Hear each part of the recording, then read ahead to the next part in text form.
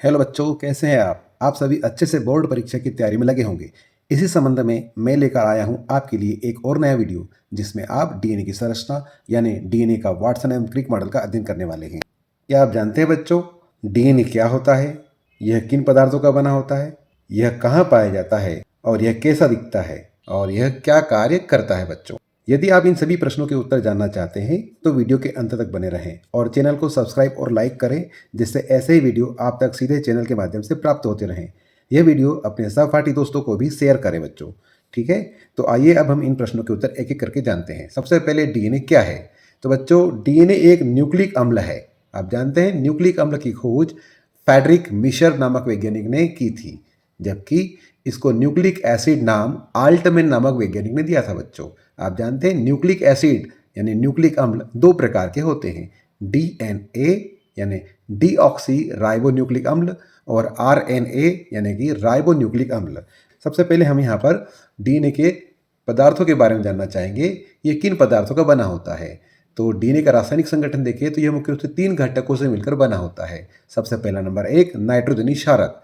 तो बच्चों, डीएनए में नाइट्रोजनी क्षारक एडेनिन, ग्वानिन, साइटोसिन और थाइमिन होता है। एडेनिन और ग्वानिन को हम प्यूरिन कहते हैं और साइटोसिन और थाइमिन को पायरिमिडिन कहते हैं बच्चों। दूसरा घटक है इसमें पेंटोज शर्करा, जो कि डीऑक्सीराइबोज प्रकार की होती है। 5 कार्बन युक्त शर्करा है बच्चों, इसमें एक ऑक्सीजन कम है, इसलिए इसका नाम डीऑक्सीराइबोज शर्करा है। और तीसरा घटक है फॉस्फेट समूह। क्या आप जानते हैं न्यूक्लियोटाइड क्या होता है बच्चों? तो जब कोई एक नाइट्रोजनी क्षारक किसी एक पेंटोज शर्करा के साथ जुड़ता है और उसके बाद में इससे कोई एक फॉस्फेट समूह जुड़ जाता है बच्चों, तो इस प्रकार 3 घटकों से मिलकर बना एक जो अणु होता है उसको हम न्यूक्लियोटाइड कहते हैं। और डीएनए ऐसे कई न्यूक्लियोटाइड के आपस में मिलने से बनता है बच्चों। ठीक है, अब हम देखेंगे बच्चों डीएनए कहाँ पाया जाता है। तो आप सभी जानते हैं प्रोकैरियोटिक कोशिकाओं में सामान्यतः कोशिका द्रव्य उसके जीव द्रव्य में यह पड़ा रहता है बच्चों, जबकि यूकैरियोटिक कोशिकाओं में यह मुख्य रूप से केंद्र में पाया जाता है और कुछ मात्रा में यह माइटोकॉन्ड्रिया और क्लोरोप्लास्ट में भी पाया जाता है। अब हम यह जानना चाहेंगे कि डीएनए दिखता कैसा है, कि संरचना कैसी होती है। तो बच्चों, डीएनए की आणविक संरचना को स्पष्ट करने के लिए सन 1953 में जेम्स वाटसन और फ्रांसिस क्रिक नामक वैज्ञानिक ने एक दोहरी कुंडली वाला मॉडल प्रस्तुत किया था। इसी को ही हम डीएनए का वाटसन एवं क्रिक मॉडल कहते हैं बच्चों। आइए अब हम देखते हैं इस मॉडल की प्रमुख विशेषताएं। पहला बिंदु देखेंगे, 2 पॉलीन्यूक्लियोटाइड श्रृंखलाएं बच्चों। तो डीएनए का प्रत्येक अणु 2 पॉलीन्यूक्लियोटाइड श्रृंखलाओं का बना होता है। ये दोनों श्रृंखलाएं आप देख रहे हैं, ये दोनों श्रृंखलाएं पॉलीन्यूक्लियोटाइड की बनी हुई है। इसमें शर्करा और फॉस्फेट मुख्य रूप से बैकबोन का काम करता है बच्चों ये। और इसके अंदर की ओर क्या होते हैं, नाइट्रोजनी क्षारक पाए जाते हैं। अब दूसरा बिंदु देखेंगे, प्रति समानांतर ध्रुवता।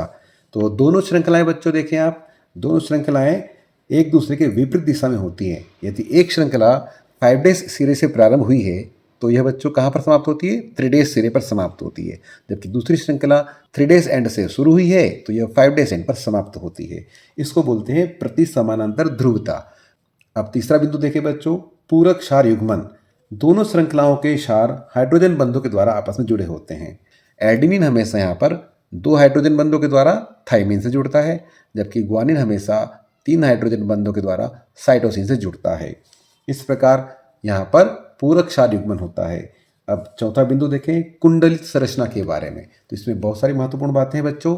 डीएनए की दोनों श्रृंखलाएं दक्षिणवर्ती यानी कि राइट हैंडेड ढंग से कुंडलित होती है बच्चों।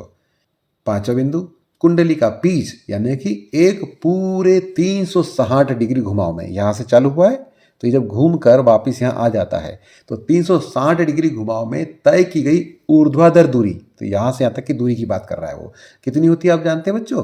तो यह होती है 34 एंगस्ट्रॉम यानी कि 3.4 नैनोमीटर होती है। ठीक है, तो पिच की ऊर्ध्व ऊंचाई कितनी है बच्चों? 34 एंगस्ट्रॉम है।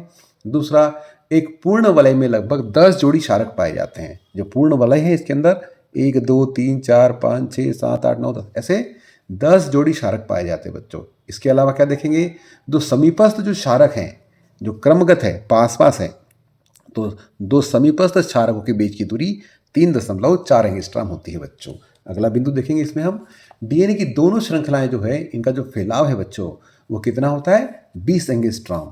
ठीक है, अब अगला बिंदु देखेंगे खांच। तो बच्चों आप देख रहे हैं डीएनए के अंदर 2 खांच दिखाई दे रही है, ये बड़ी खांच है और ये छोटी खांच है। यह जो खांच है प्रोटीन डीएनए इंटरेक्शन के लिए महत्वपूर्ण होती है बच्चों। इसका जब नामांकित चित्र बनाए तो इस प्रकार से आप इसका नामांकित चित्र बना सकते हैं बच्चों। इसमें दोनों श्रृंखलाओं को प्रदर्शित करना है आपको।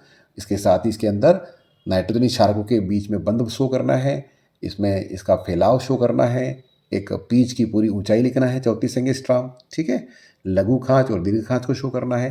तो यह चित्र बनाएंगे आप बच्चों। यह वीडियो यदि पसंद आया है तो आप लाइक और सब्सक्राइब जरूर करें और अपने साथियों को शेयर करें, जिससे आपको इस तरह के वीडियो मिलते रहेंगे।